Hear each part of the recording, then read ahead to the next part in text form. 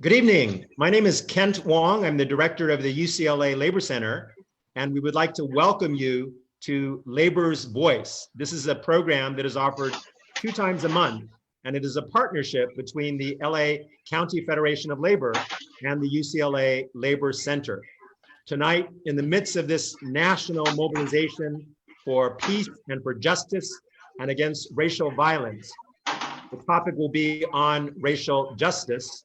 And I am very pleased to open tonight's event with the beautiful song, Change is Gonna Come, which is a very appropriate song given the period we are in. And we are joined by Anthony Gates, who's not only a talented singer, but he is also an Amazon worker on the job as we speak. So please join me in welcoming Anthony Gates. Hello, everyone. It's a blessing to be here. I hope everyone's doing great. I thank you for this opportunity. And here we go. I was born by a river in a little tent. Oh, and just like the river, I've been running ever since. It's been a long time coming, but I know a change gonna come.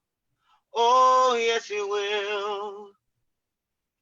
It's been too hard living, but I'm afraid to die, because I don't know what's up there beyond the sky. It's been a long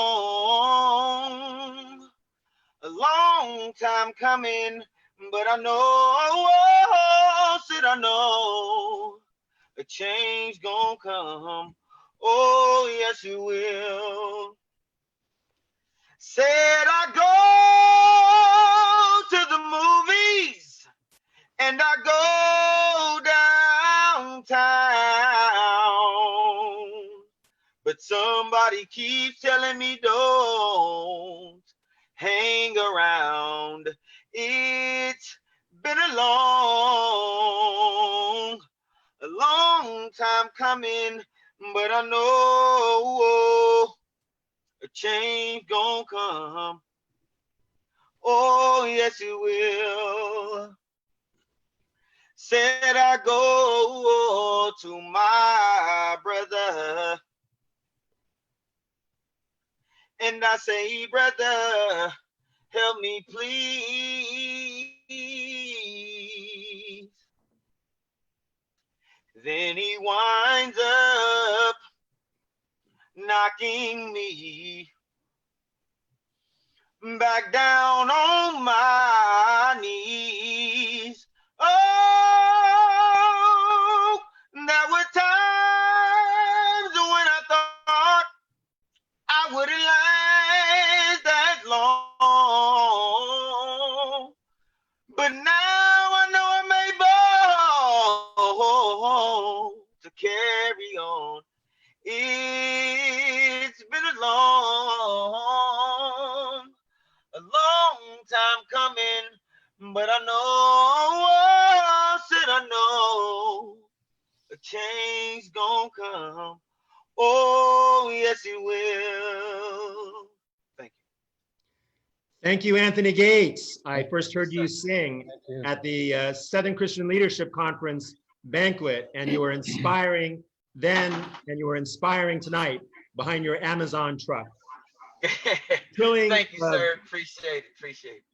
The killing of George Floyd, Breonna Taylor, and Ahmaud Arbery are but the latest in a long history of state-sanctioned violence directed at Black men and women.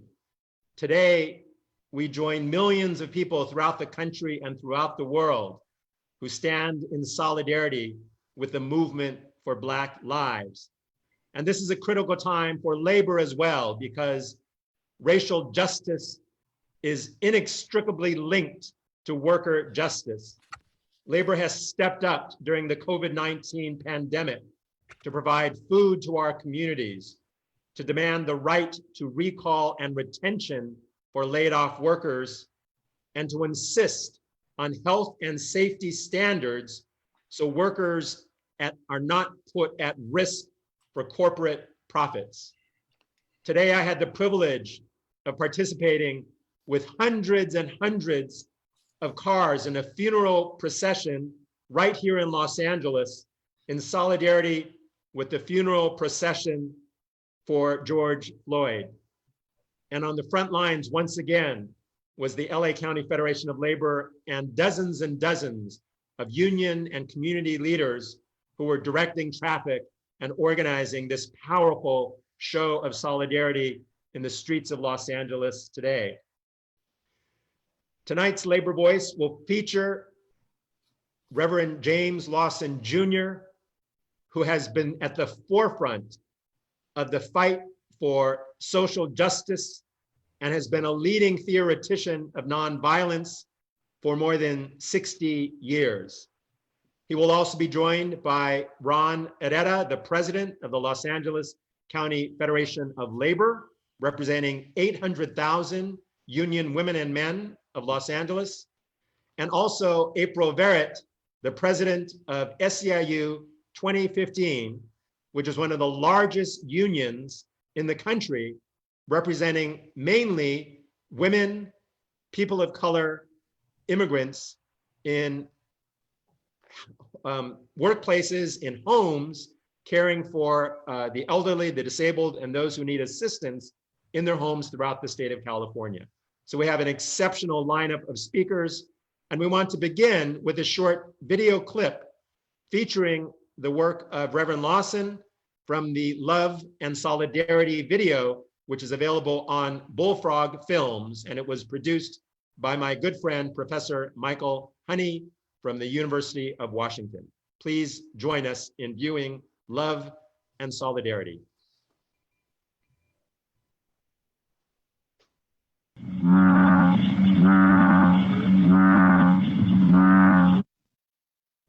And our power has always been in ourselves, in our people, and in our unity, in the courage that we have to say no to racism and injustice. The concept of nonviolence is a 20th century term coined by Mohandas Gandhi of India. Gandhi also goes on to say that love is power.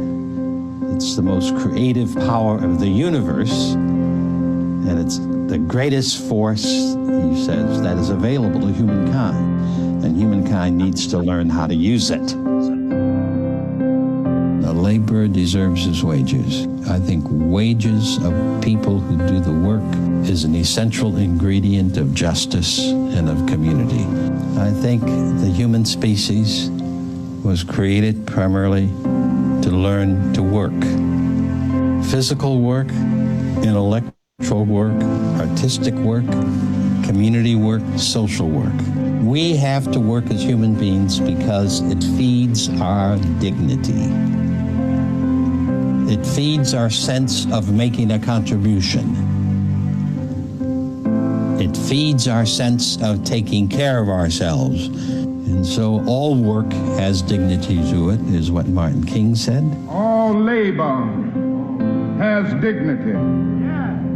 And so work is not primarily for wages, but we ought to be able to benefit from our work, especially the work that we do outside of the home and in the larger community. They cannot support the simple right of the ordinary man and woman in this society to have the full dignity of their work and their wages. And we must begin to tell the Democratic Party, stand up and be counted for human rights and for human dignity.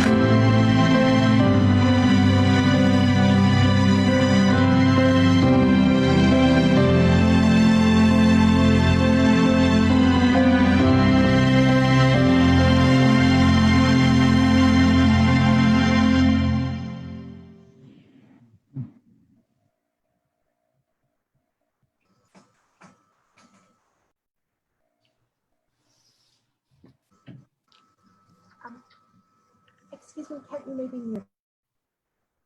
Kent, you're on mute.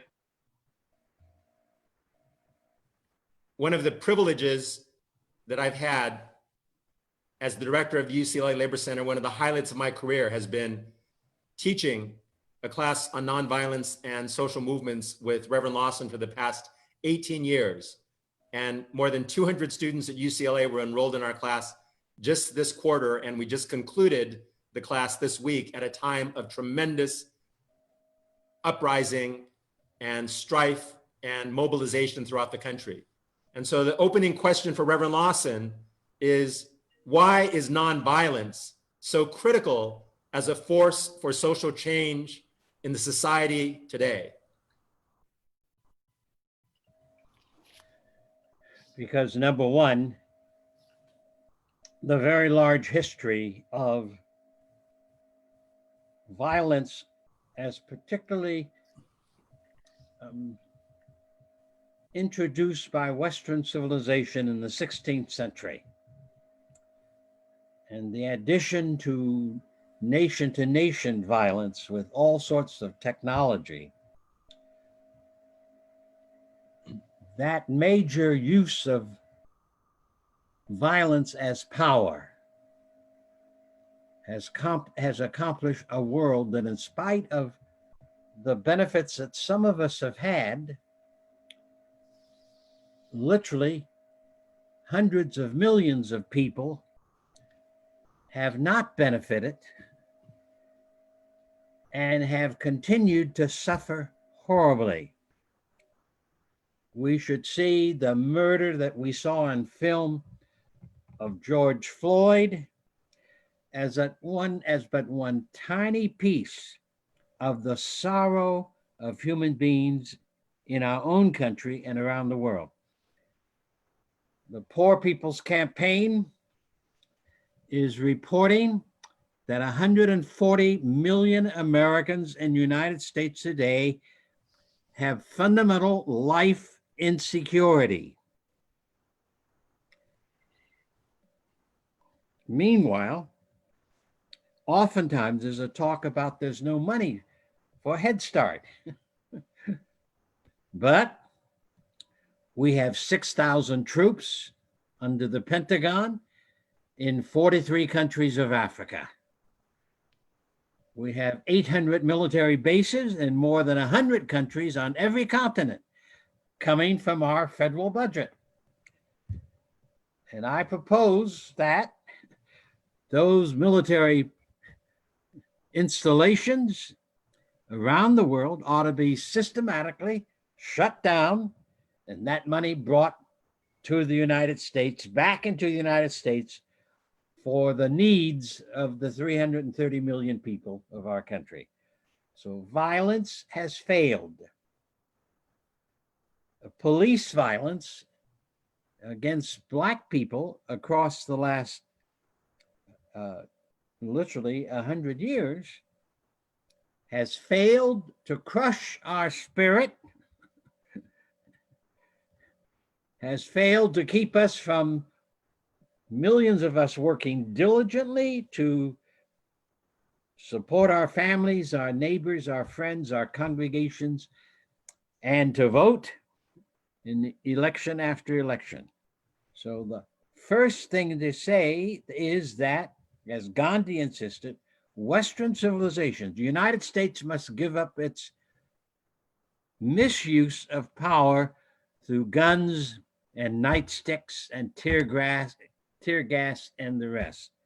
Secondly, and the other side of the coin is, the most creative power in the universe is what we human beings have in loving one another, in creating our families with love and truth and tenderness for our children and young people. And Gandhi happened to say, as Jesus in the first century said, that love is powerful beyond our imagination.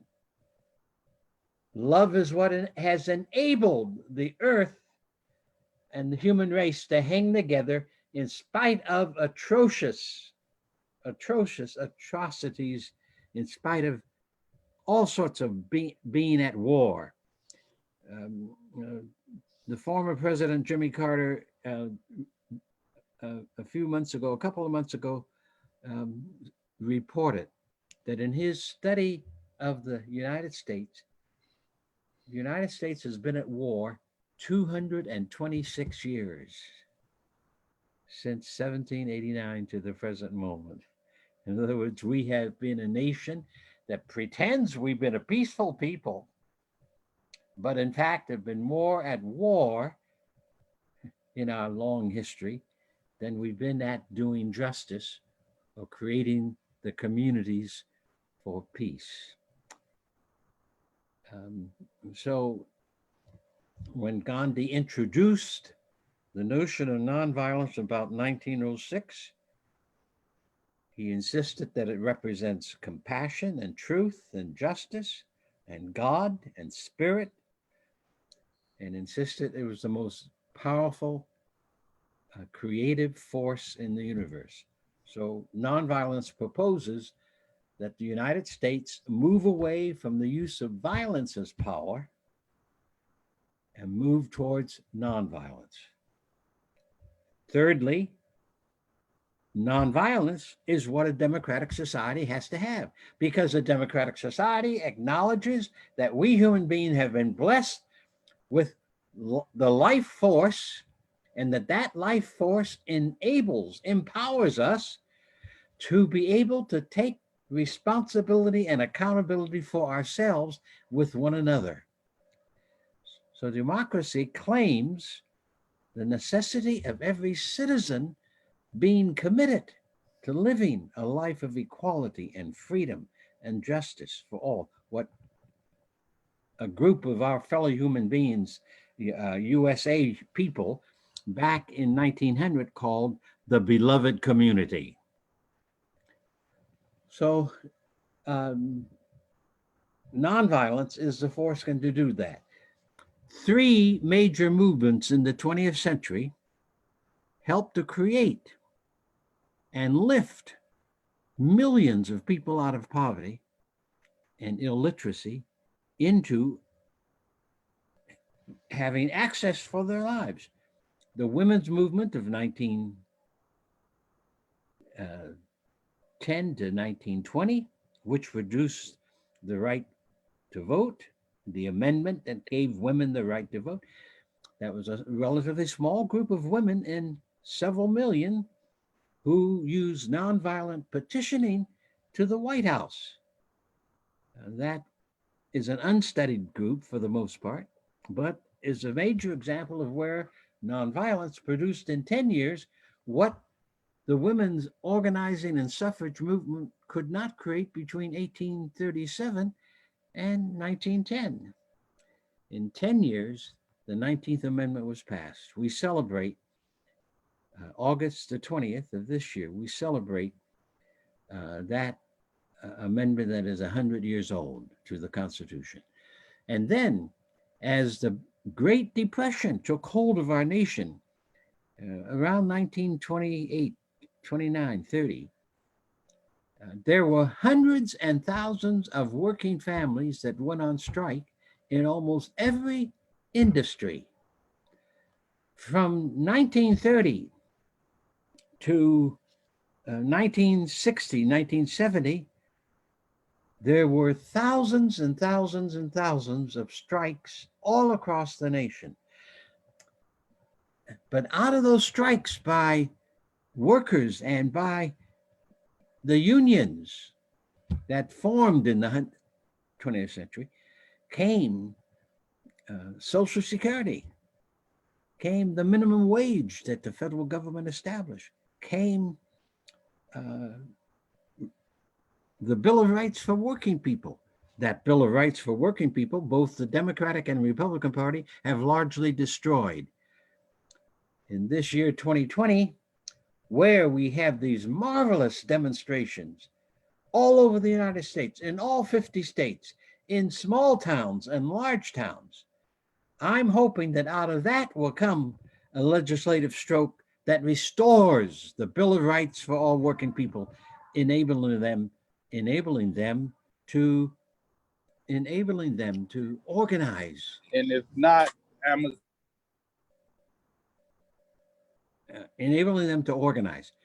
We cannot have a USA democratic society unless hundreds of millions of working families are represented in democratic unions that work in their own locality, that work statewide and regionally, and then nationally. One of the great forces to stop rapacious capitalism, or what I call plantation capitalism, is an organized working force, skilled, empowered across the nation. That is probably the best way to transform our present form of capitalism into a form of economic justice for all. Thank you, Reverend Lawson. So we are so grateful to have your leadership and your steadfast voice for nonviolence, both in theory and in practice. I want to bring into the conversation now the president of the Los Angeles County Federation of Labor, Ron Herrera, but I wanted to show a short clip about Ron Herrera's deep commitment to the broader issue of racial justice. So please enjoy this short clip.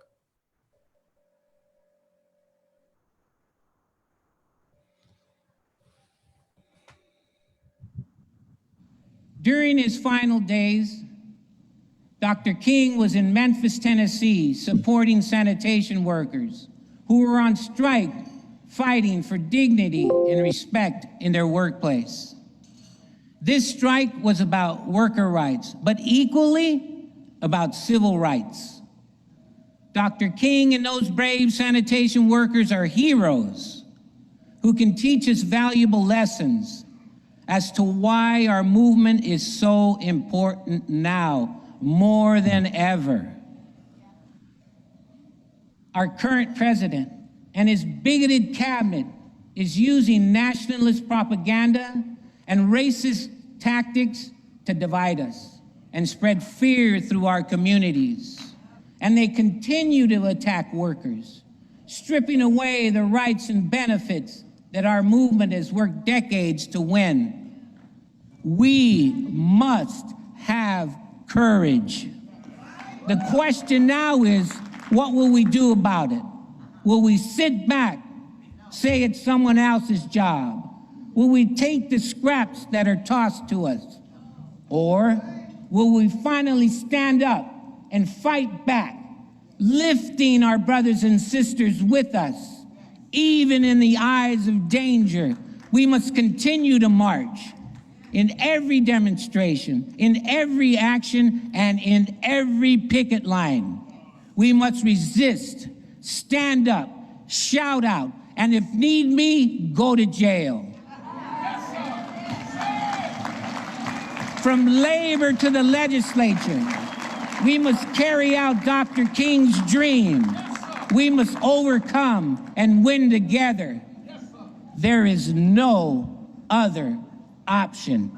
Thank you very, very much. Let me welcome the president of the Los Angeles County Federation of Labor, Ron Herrera. And the first question to Ron is, why is the Los Angeles labor movement standing in solidarity with the movement for Black lives?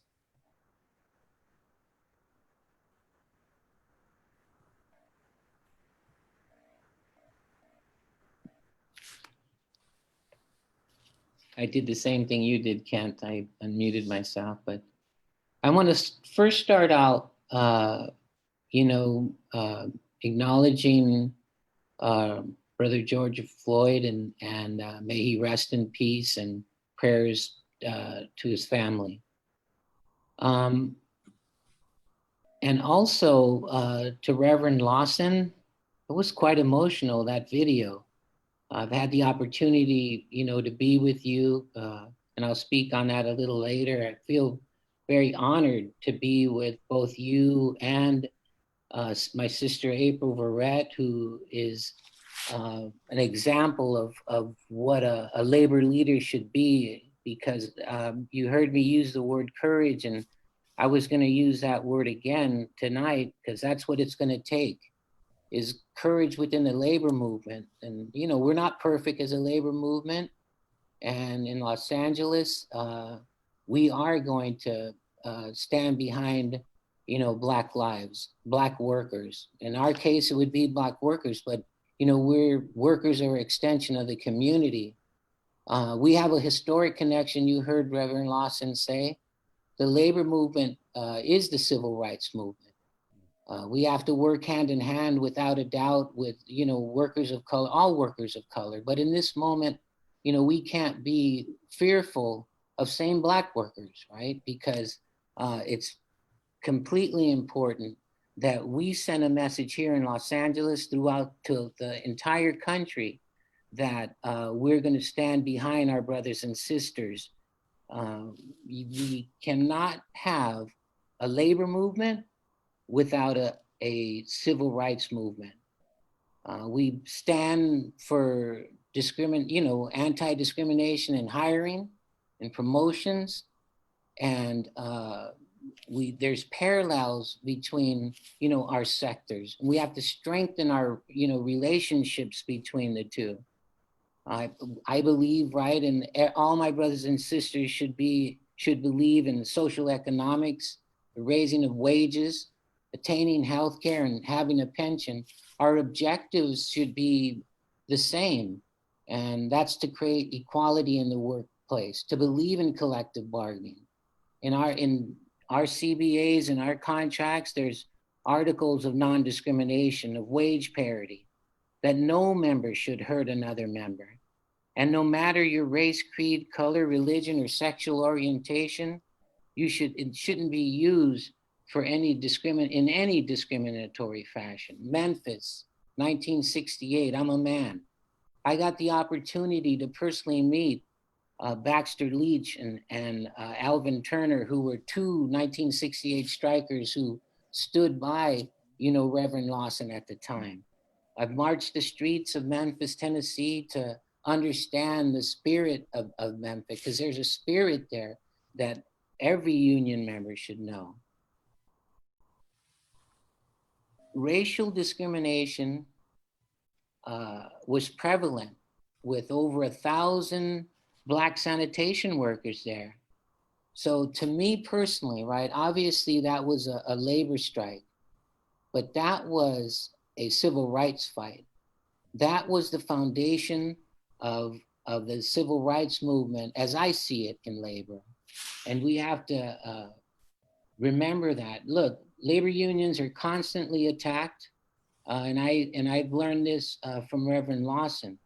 Anti-union forces are out there dismantling our labor laws, you know, creating divisions within our people, weakening our ability to organize folks. Why? Because in solidarity, the labor movement can make definite radical changes when it comes to race in this country. And I know that my sister April and I are committed to that. You want to stop systemic racism? You want to stop discrimination? It's the labor movement that can do that through union membership. Thank you, Brother Ron Herrera. And so just a few months ago, back in March, the UCLA Labor Center organized a trip with Reverend Lawson and key labor leaders of Los Angeles, including Brother Ron Herrera, to travel to Montgomery, Alabama to meet with Brian Stevenson from the Equal Justice Initiative, to tour the very first memorial to victims of lynching, and to tour the Legacy Museum that talked about the link between slavery and lynchings and Jim Crow and mass incarceration. And so the question to Reverend Lawson is, what was the purpose of that trip? And what was significant about you leading a delegation of Los Angeles labor leaders to Alabama? You know, please, Reverend Lawson. Yes. Well, first week of March it was. That was about the time of the 1965 march that was turned back by state troopers and police and sheriff's companies in Selma, Alabama, and the voting right in the Selma and Montgomery campaign of nonviolence for voting rights. And so another generation, we get Brian Stevenson, a lawyer and a professor at law school at Rutgers University, who has made his lifelong work out of Montgomery, Alabama, with the Equal Justice Initiative, using the law, which is considered a part of the arsenal of nonviolent tactics, to redress the injustice of the prison system across the board. And he has built this beautiful, inspiring, somber museum and monument to the more than 4,000 victims of lynching in the 20th century. Of course, I maintain that George Floyd is the latest victim of lynching, a historic pattern of violence in the United States, in which too often the police have taken over what the white mob did in Cincinnati or in Jackson, Mississippi, when the white mob rioted and then lynched usually a black man, but on a number of occasions lynched a black couple, man and wife. So I happen to think as never before that the experience of moving into Birmingham and Montgomery and Selma, which I've done several times now, is a kind of a learning process, also a kind of a process to stimulate the soul to see that we have a continuing piece of work and to keep at it, keep doing it. So it was a wonderful trip, and to be there with labor people was important.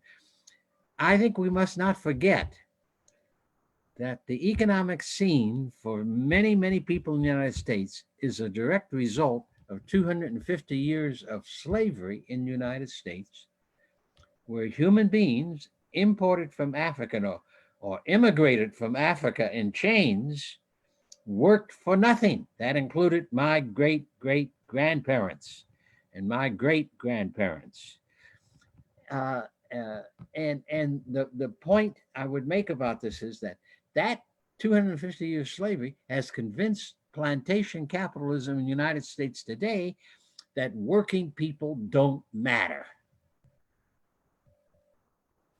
1 in 4 children living in poverty in the United States, according to the Children's Defense Fund, lives in a household where at least one adult, and often 2 or more adults, work long hours but still live in poverty. That was the plight of the sanitation workers in Memphis in '68. Those 1,300 workers worked 60 to 80 hours a week in sloppy work, carrying garbage to the trucks. They could not change their clothing in the barns. That was reserved only for white supervisors. And they're the ones who called the barns where they loaded up in the morning, where we report it in the morning and report it in the evening. They called the barns the plantation. They called the yard and the equipment and the job the plantation. So that's when I began to see, in fact, that the lingering issue in our economy is not wanting some people to work and gain the full benefits of their labor and putting their benefits into the hands of a tiny group of huge corporations and banks and businesses, so that we have a 5% of the American people who live with extreme wealth. But that wealth has been ripped off the top, I maintain, of the wages of the 330 million people. And that's why I continue to call our present situation being dominated by plantation capitalism. Absolutely. And it was such a privilege for the Los Angeles labor leaders to take that trip to Montgomery with you and to have that experience together. Ron, I wanted to turn to you in terms of why you encouraged other labor leaders to accompany you and Reverend Lawson to Montgomery, Alabama, and what you learned from that experience. Kent, I'm gonna make this quick because I want to, get my sister on with Reverend Lawson, because I could listen to these two folks all day. I don't even need to speak. So, but to get a deeper rooted understanding of racism and then teach it. And let me give you just a couple of stories. Today, I took my granddaughter to the Black Lives Matter March, the caravan in Los Angeles with Pastor Q and Pastor Smart, so that she could feel it in her soul.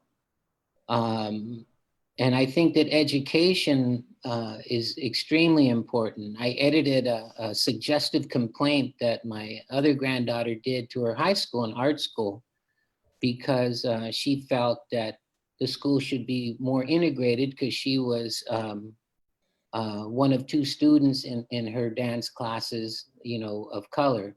She's African-American as her sister. And I told her that she forgot one thing, and that should be an ask that they have curriculum around civil rights. Exactly what we did in Montgomery. But it was a little extended because it was about criminal justice reform also. We have children in cages in Texas because of immigration, and then we have Black children in cages because of a broken society. So I think that being deeper rooted and having the opportunity to be with an icon, a legend like Reverend Lawson, and then come back and teach young labor, members, not so much leaders, but members, the next generation, is extremely important. And that's why I accompanied our contingent of Los Angeles labor leaders with Reverend Lawson to Montgomery. Thank you so much, Brother Ron Herrera. Now we want to bring in our third guest for this Labor's Voice, but I wanted to start with a brief video highlighting the work of our next guest, April Verrett.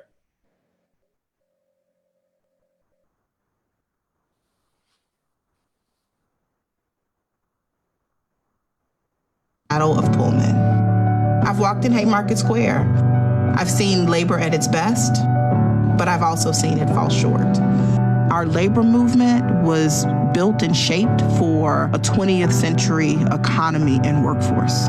We need 21st century labor structures built to meet this moment.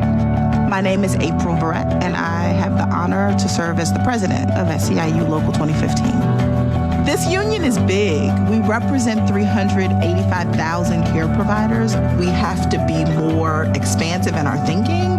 I don't believe anymore it can just be about our wages, our benefits, our working conditions. Those things are extremely important, but folks in this economy aren't just workers. They're mothers, they're fathers, they're students. So we need a labor movement that is responsive to whole people. Our power, our beauty comes from our diversity. Let's make this country one for all of us, no matter where you were born, what language you speak. I am a proud South Side girl from Chicago. My mother died when I was 2 weeks old. My father died in a jail cell when I was 6. My grandmother raised my sister and I. I'm no different than so many of us born Black, brown, and poor. Space for our leadership and power isn't usually available, but we can change that. I want to build a labor movement that's about ending income inequality. I want to build a labor movement that is about ending systemic racism. America does not work for working people. Stop telling that lie. Let's talk about where power comes from in this country. We do a great job from Labor Day to Election Day. I want us to do a better job from New Year's Day to New Year's Eve. We need to not just rally our members to the polls. We need to rally our members to every place in government where decisions get made. We have to talk about poverty. We have to talk about income inequality. We have to challenge corporate power, and we have to be ready to cause disruption. If we are really going to have the type of systemic change that we're talking about, it's going to take people of color and women being at the table.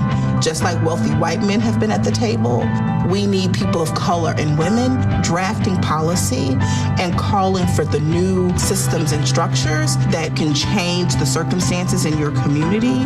It's why we go out and talk about housing.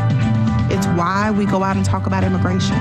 It's why we go out and talk about restorative justice and environmental justice and worker and economic justice and disability rights justice. I challenge you to step into your power. Let's get to work. Let's accept the responsibility of leadership to transform our country.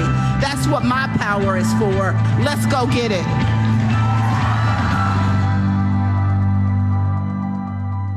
That was a powerful video, and we are so excited that this union was organized by Black women.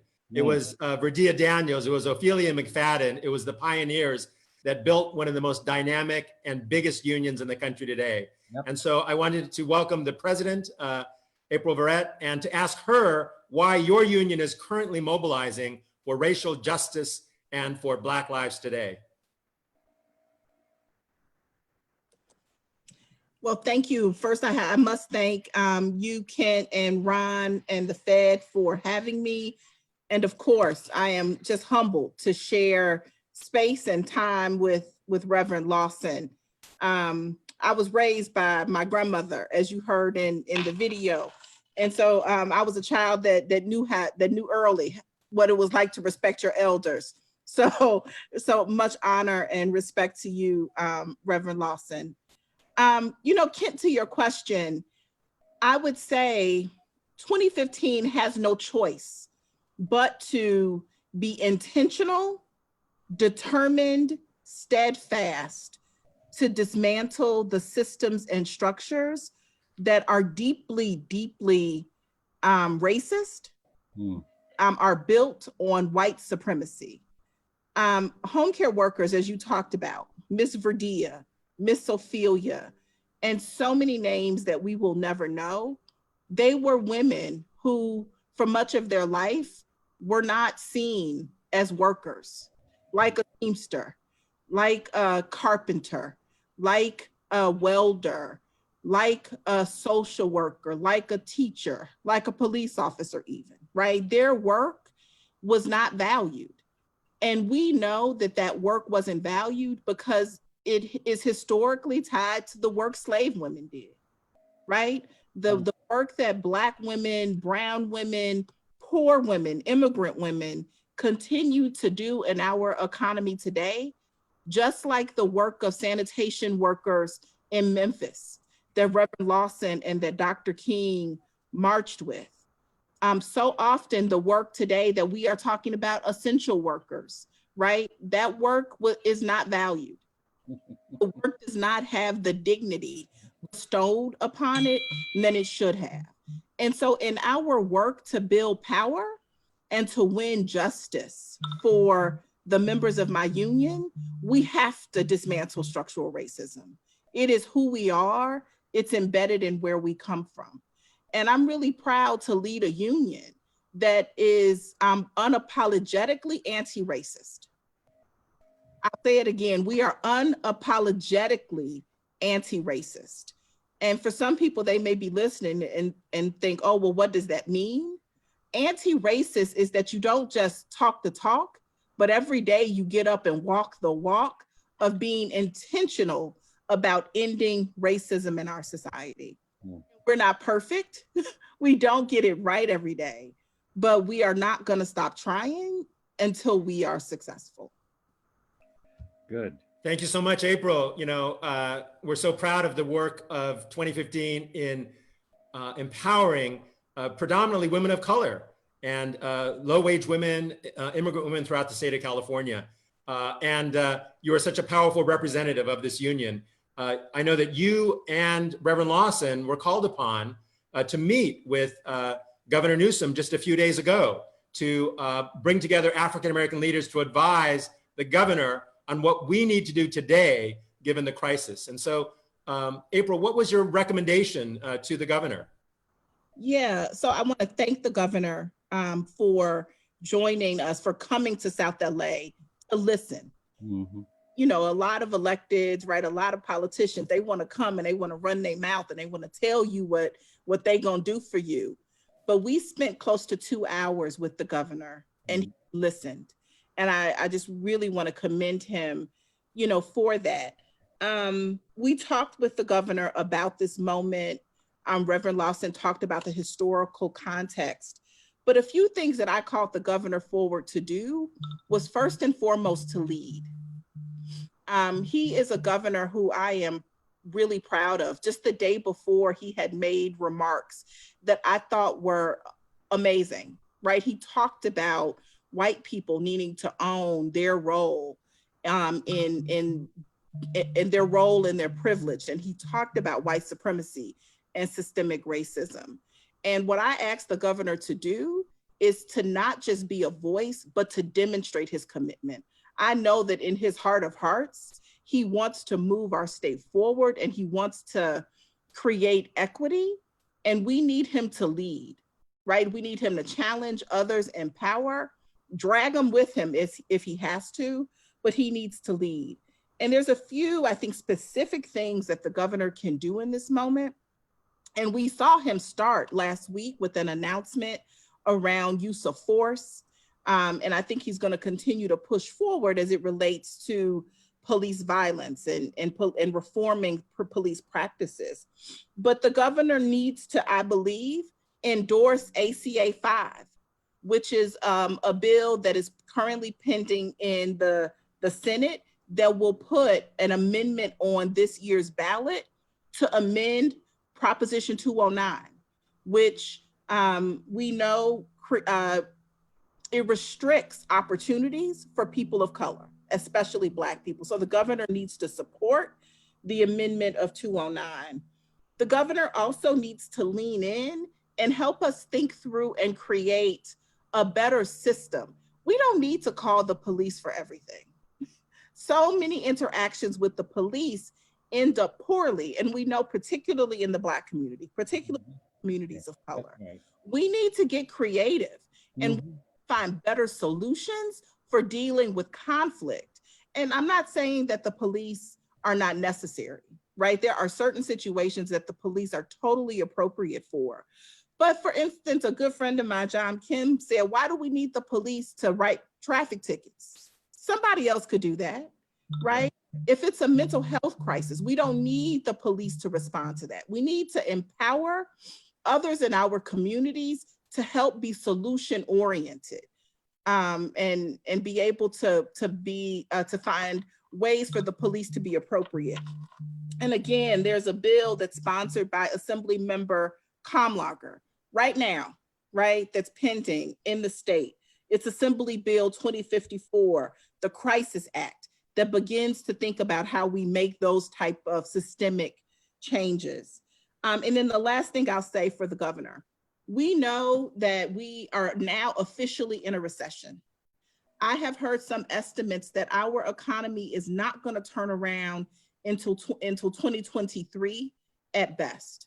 And we're going to have hard decisions to make as Californians about how do we balance state budget? How do we use our resources at every level of government? I wasn't in California in 2008, but I believe California took a path of austerity, right? Arnold Schwarzenegger was governor at the time. And we saw the safety net slashed. We saw programs, cut to the bone.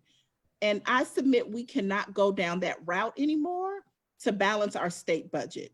We need to invest in our communities. We need to create jobs. We need to create good jobs. And so I want the governor to be bold and help us find new revenue in our state so that we can continue to invest in our communities and not continue to rip away at the safety net that already has far too many holes in it. So that's some of what I said to the governor and will continue to say to him. Thank you so much, President April Verrett, for your leadership and for speaking truth to power always. I also wanted to call on Reverend Lawson for his reflections on the meeting with the governor. The governor actually inaugurated Reverend Lawson into the California State Hall of Fame just a few months ago. And so he is deeply committed to appreciating Reverend Lawson's work. And I was so glad that Reverend Lawson had the opportunity to meet with the governor. But what did you advise the governor, Reverend Lawson? Well, towards the end of the meeting, and I want to thank April Verrett for her statements in every way, and she was so much on target. The main thing I suggested at the end of our meeting was that maybe he should become really the head of the Democratic Party and sort of demand across the county, across the state, that every county Democratic Party committee really adopt an action program for that county in terms of voter education and registration. Because he was complaining how difficult it is to get in all the 100 or more counties and get them to really pull together. Well, the governor acting as the head of the Democratic Party certainly can call upon the Democratic Party to become an organized community political for the human rights of all the state. And I, like President Verrett, I appreciate that the governor took notes the entire meeting and rarely interjected, but listened patiently to the whole group. And we represented Black people, Latina, labor, education, and whatnot, as well as unions. So we were a diverse group of people sitting with the governor in that particular meeting last Tuesday, I think it was, or Wednesday. Thank you so much, Reverend Lawson, for summarizing that very important meeting. And it's clear that we were very well represented with leaders like April Verrett and Reverend Lawson in that room and during that conversation. We're almost to the close of our program, and I wanted to turn it back to Anthony Gates for the closing song. But that in that, today we did participate in a funeral procession in honor of George Floyd and others who have died at the hands of the police. I thought it would be appropriate for Reverend Lawson to close our program with a few words and a moment of silence, and then we will turn it back to the beautiful voice of Anthony Gates. So, Reverend Lawson. Well, I'm grateful for this opportunity with the Labor Center and with Ron Herrera as well here. I want to push just simply that we need this paradigm change where we stop using bad language with each other, which is a form of violence, and in which we use the great tactics of nonviolence, like the strike and the boycott and the march, and that we put this together in such a fashion that we can see the unions grow and the workers prosper and our economy move to not only an economy that embraces every boy and girl, but an economy that allows all the people of we the people of the USA to flourish. Remember that there's a great scripture that I like in the book of Proverbs, that where there is no vision, the people perish. And I like to add a second sentence to it: where vision flourishes, the people flourish.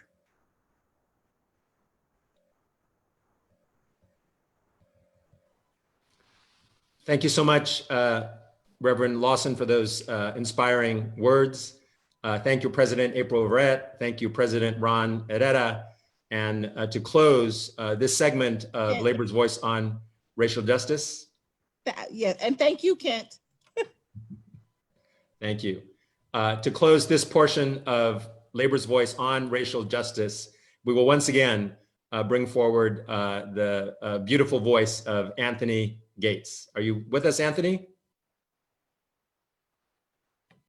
I have my mic muted. I have my mic muted. Hold on. My mic was muted. I'm sorry. Can you guys hear me? You're good to go, Anthony. Absolutely. It's been a pleasure hearing everybody talk, especially Reverend Lawson. Hearing about you march in Alabama with Dr. King is amazing, and it's actually inspiring. We thank you for your service and dedication to everything that I wouldn't be here, you know, if you weren't fighting back then. So thank you, Ms. Verrett, Mr. Herrera. Thank you all. Appreciate it. Let me get out you guys' way. I you know, so much knowledge. But amazing grace, how sweet the sound that saved a wretch like me.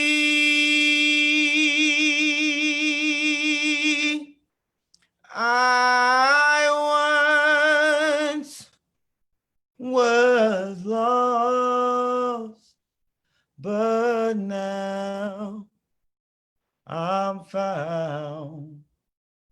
Was blind, but now I see. Amazing grace, how sweet the sound that saved a wretch like me. I once was lost,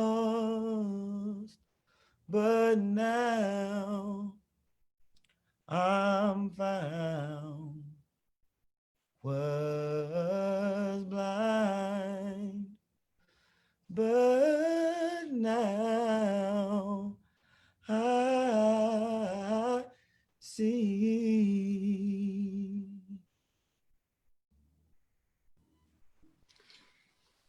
Thank you so much, Anthony Gates. Thank you, Reverend Lawson. Thank you, April Verrett. Thank you, Ron Herrera.